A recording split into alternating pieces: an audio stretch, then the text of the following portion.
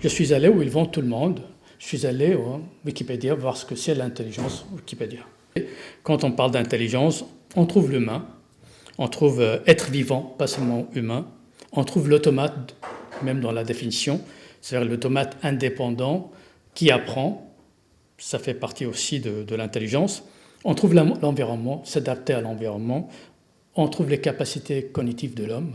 J'ai regardé intelligence, puis j'ai regardé architecture en même temps.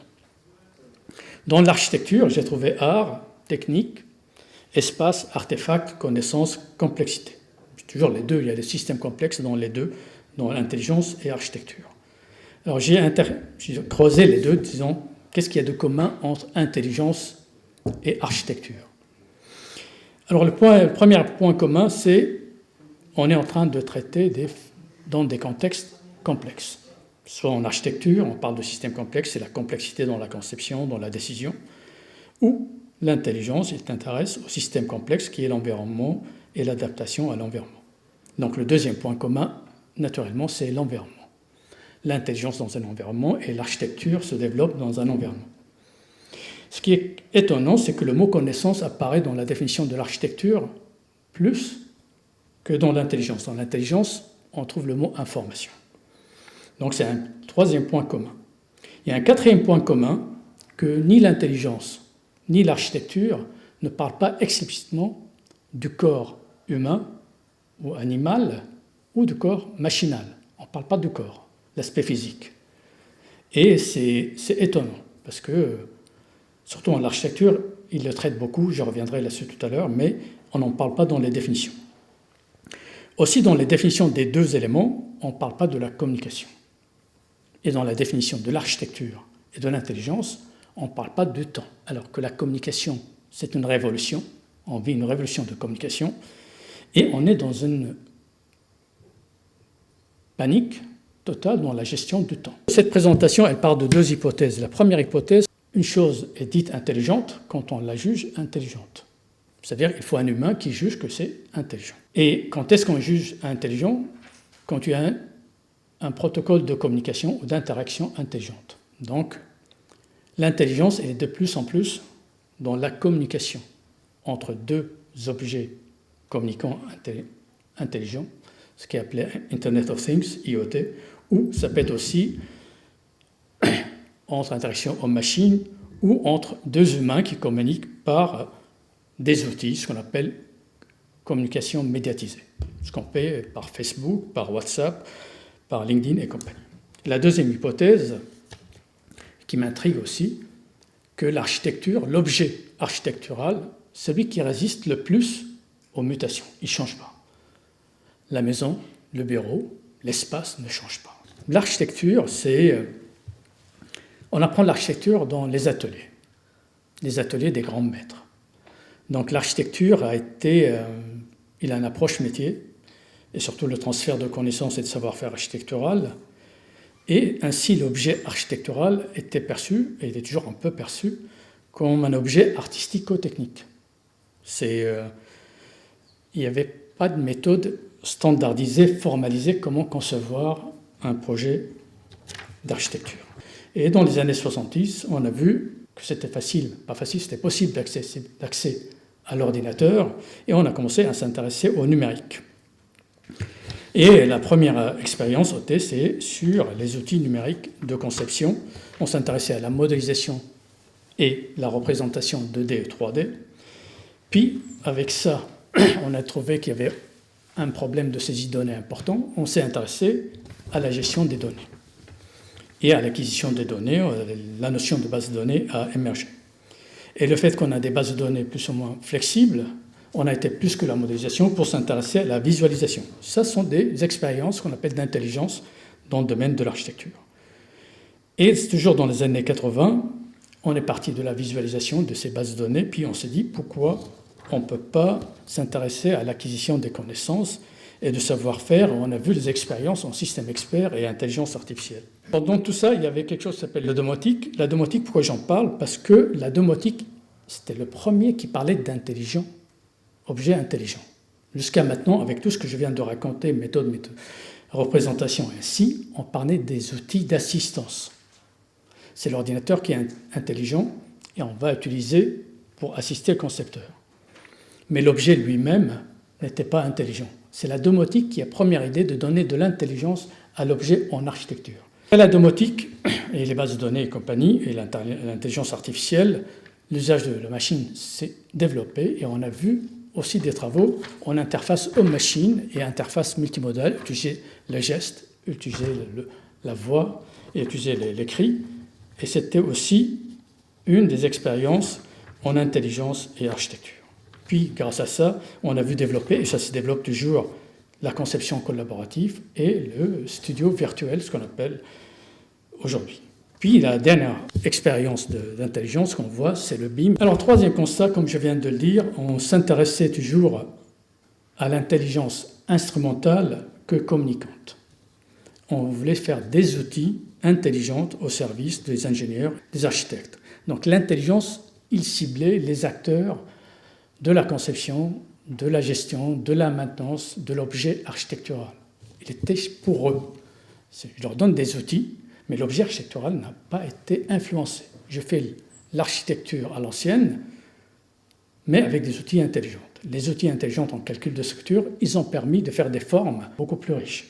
Mais ce qui est important, c'est un outil qui est adressé à des acteurs et l'habitant, on n'en parlait pas. C'est tout. Donc il n'y a pas de protocole de communication qui ont été perçus ni dans les objets, ni dans l'architecture lui-même. Alors le constat majeur qui a changé beaucoup notre monde, c'est en 2007, c'est ce que j'appelle moi la meilleure invention et la pire invention du siècle, c'est le smartphone. Le smartphone a tout changé parce que le smartphone a attaqué l'humain. Et l'humain a capté l'intelligence. Et cette prothèse faisait partie de l'homme. Donc l'homme, il capte, il produit, et c'était une révolution, le smartphone. Faire marche arrière, c'est hors question. Le smartphone a permis de découvrir et d'instaurer des nouveaux univers de communication. Il a permis aux gens des libertés de communication importantes pour s'explorer dans un premier temps. C'est l'intracommunication. Je m'explore. C'est quelque chose d'important, et je me découvre. Parce qu'en fait, moi, je me reconnais comme j'ai été éduqué avec une culture très fermée. Le smartphone, comme il est dans ma main, et pour ceux qui n'aiment pas l'ordinateur, on rappelle entre guillemets, les Japonais, ils ont découvert Internet par le téléphone, c'est pas le contraire. Donc le téléphone, il y a une relation, c'est une prothèse qui est très proche du corps humain. Donc ils ont découvert ça. Les gens ont commencé à explorer beaucoup des champs d'information, à s'explorer, à se découvrir et à se surprendre. Et ils ont aimé ce jeu. Et c'est un élément très important. L'habitant aujourd'hui, c'est quelqu'un qui est curieux, qui change, et il veut changer tout le temps. L'idée d'arrêter de changer, c'est fini maintenant. Alors le corps de l'habitant de l'architecture aujourd'hui, c'est un corps augmenté, soit par des prothèses, soit par des vêtements, soit par des portables, et il devient source et cible d'intelligence. En dehors de l'architecture, c'est l'intelligence économique, l'intelligence sociale.